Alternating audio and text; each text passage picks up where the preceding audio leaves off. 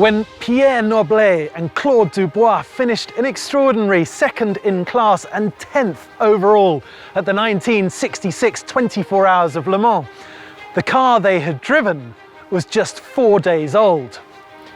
They covered 4,000 kilometers, averaging 180 kilometers per hour in one of the world's most grueling motor races, all without missing a beat. Such was the extraordinary capability of Ferrari's 275 GTB Competizione.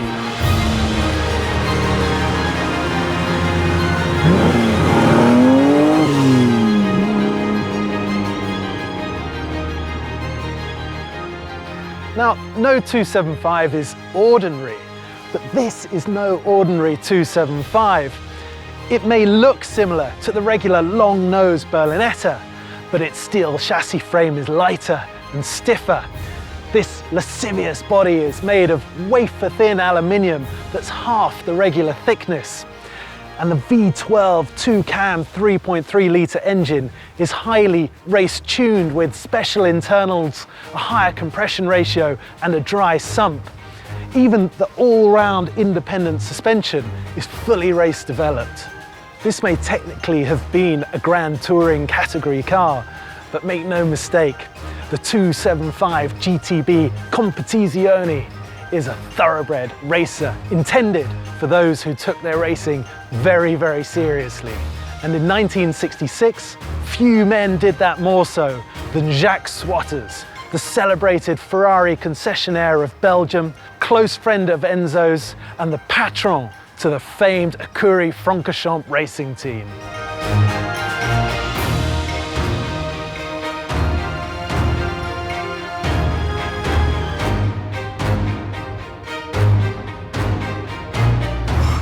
It's just fantastic. The car's got so much history and all this fabulous documentation to not only prove it, but bring that history to life. It was sold to Jacques Swatters on the 14th of June in 1966. And according to the Le Mans 24 Hours Carnet de Passage here, just a day later, it made its debut at Le Mans. I particularly love the fact that in this very iconic Le Mans poster, our car, 09027, with race number 57, is clearly visible here on the starting grid. It was so hastily rushed from its build at Maranello directly to Le Mans that the crew had to make ad hoc modifications in the paddock to improve cooling and lighting. But a heroic performance from Pierre Noblet and Claude Dubois throughout the night, particularly in mixed conditions, led to that outstanding result. And just a week later, the car was in Provence for the Mont Ventoux hill climb, this time winning its class in the hands of Lucien Bianchi. Extraordinarily, a couple of months on, still in 1966, Bianchi was joined by Eric Dequesne for the 84-hour Marathon de la Route at the notorious Nürburgring Nordschleife. And so powerful, strong, versatile and reliable was the 275 GTB Competizione that it found itself in its element. And after 72 hours, it was leading the race overall. Unfortunately, Eric Dequesne then had a crash at the famous carousel and put the car out of the race. After repairs in Italy, the car actually stayed with Ecuire Francorchamps for another year of racing before being passed on to a series of prominent custodians, many of whom continued to race and rally it.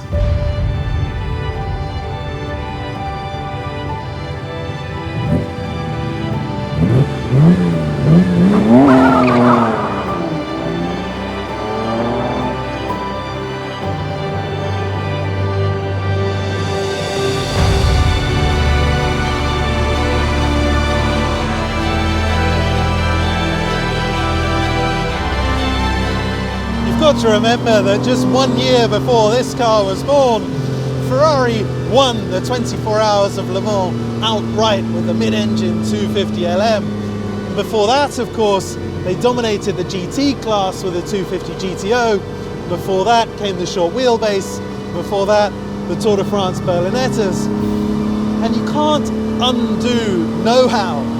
So all of that technical knowledge, that technical expertise was poured into the development of this very special Grand Touring car.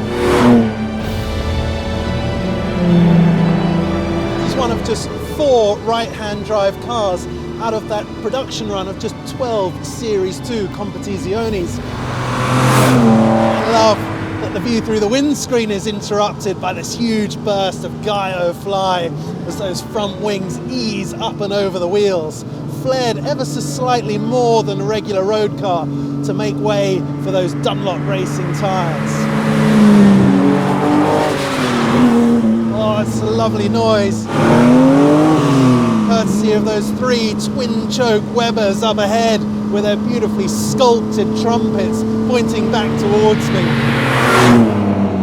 Not a hugely loud car, but loud enough to be exciting because, of course, the sound deadening has been ripped out in the interests of saving weight. It's a little bit softer than I would have expected for such a track-focused car. But at the same time, if you were going to go off for multi-day trips, tours or rallies, you definitely want a nice, versatile balance to that. Because when you're navigating tight, bumpy alpine roads, for example, you need some compliance in the suspension. And this car definitely has that in spades. In fact, I'd have absolutely no qualms driving this through France or Italy on the Modena Centaure or the Tour Auto, because it's just such a comfortable place to be. And yet on a track, it really comes into its own.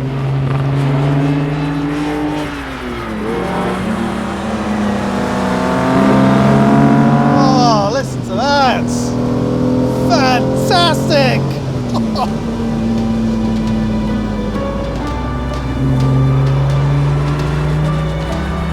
The brake pedals got a little more travel than I would like ideally, but they really do bite on those steel disc brakes, which are on all 4 corners. Got independent suspension with coiled springs over dampers all around, and you can really feel that compliance. It allows the car to roll into a set and then just stay there, even if you're making little adjustments on the steering or on the throttle.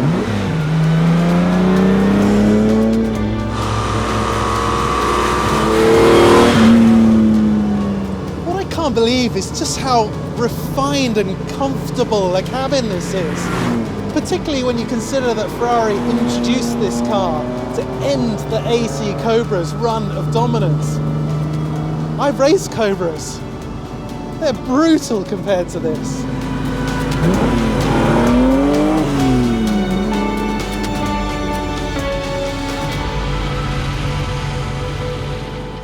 Keith. Sam. Brilliant. Great to see you. And Thanks for joining us. Long time no see. My pleasure. Now, this is a man who's been writing about Ferraris for, 40 years and has authored some of the most respected books on the topic, specifically the Ferraris from the 1960s. So, Keith, maybe you can help us get into some of the detail, not just on this car, but first of all, why is it that everyone gets so excited about the Series 2 competition 275s? I think it's because it's basically an evolution of the shape of the 250 GTO, which is an iconic Ferrari model of the 60s, which had manifold racing successes, and over the years, this has become the, if you like, the replacement for it. To many people, it's not recognised because if you took all the racing roundels off it, it would look just like a regular street 275 GTB. So you really have to know the subject to appreciate this properly. Yeah, you've got various details on it that come to light. All right, you could get a 275 GTB with an aluminium body, but the bodies on these cars were half the thickness of the standard aluminium. Right. They are literally wafer thin. And you've got little details that tell you it's an aluminium body. This join line here and this one here.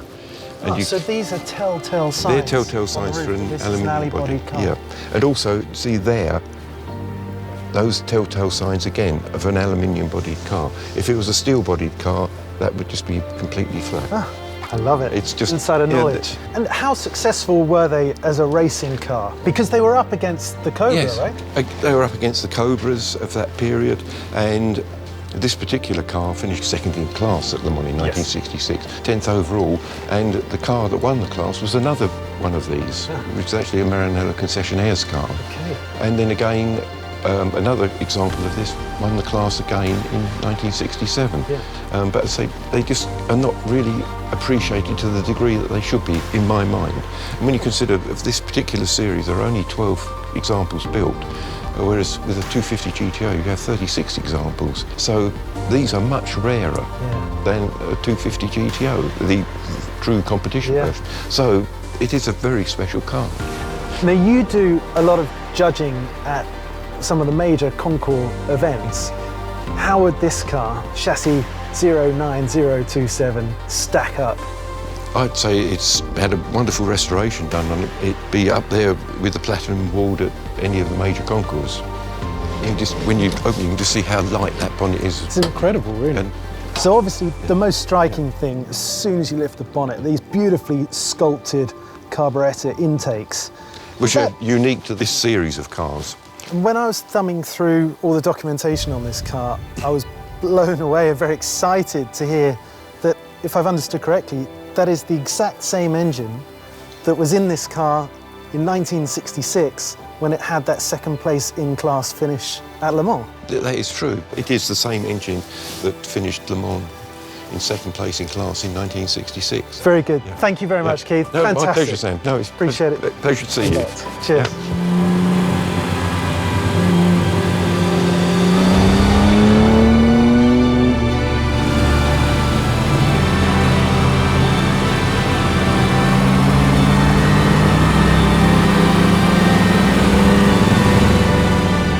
So here is a car with performance not dissimilar to that of a GTO. And this particular chassis is obviously very special because of its racing provenance and that extraordinary result at Le Mans in 1966. And while of course that makes it inevitably a very important and desirable car, what I love the most is that it's just so usable.